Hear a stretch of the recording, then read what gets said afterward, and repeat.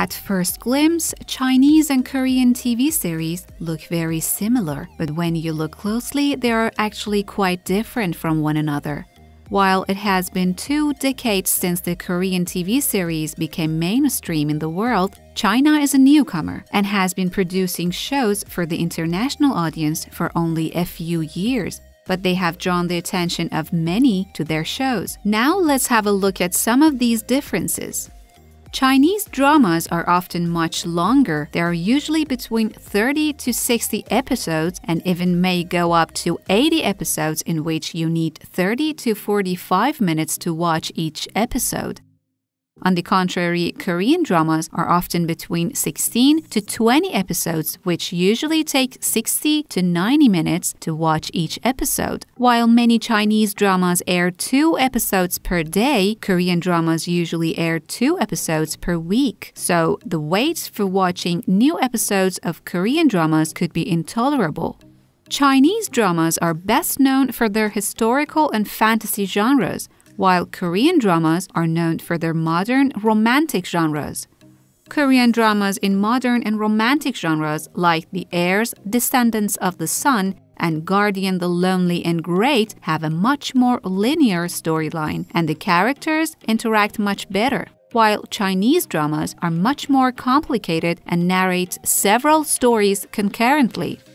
Chinese dramas take longer time to complete a story, and most stories are narrated quite slowly, while Korean dramas are narrated more quickly. Therefore, regarding these 2 genres, Korean dramas seem to do a better job at drawing the audience's attention than Chinese dramas.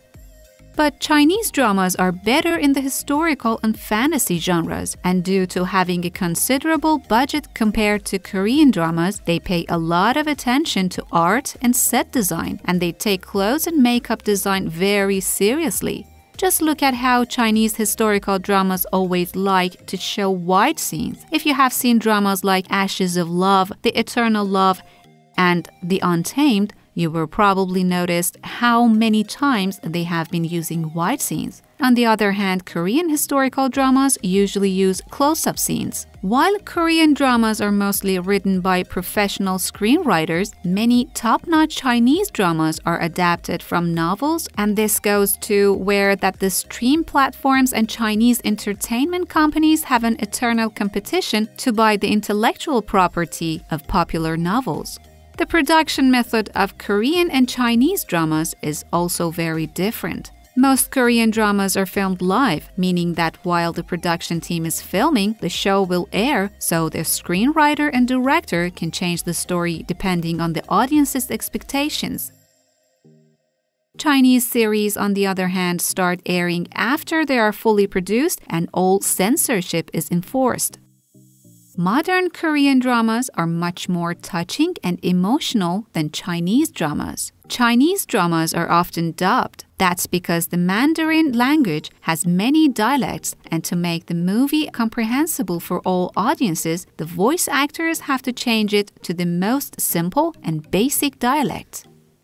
Korean dramas have more courage to address social taboos, topics such as single father or single mother in Asian culture, children born out of wedlock, deaf people, and suicide, while in Chinese shows there is a lot of sensitivity to talk about these issues.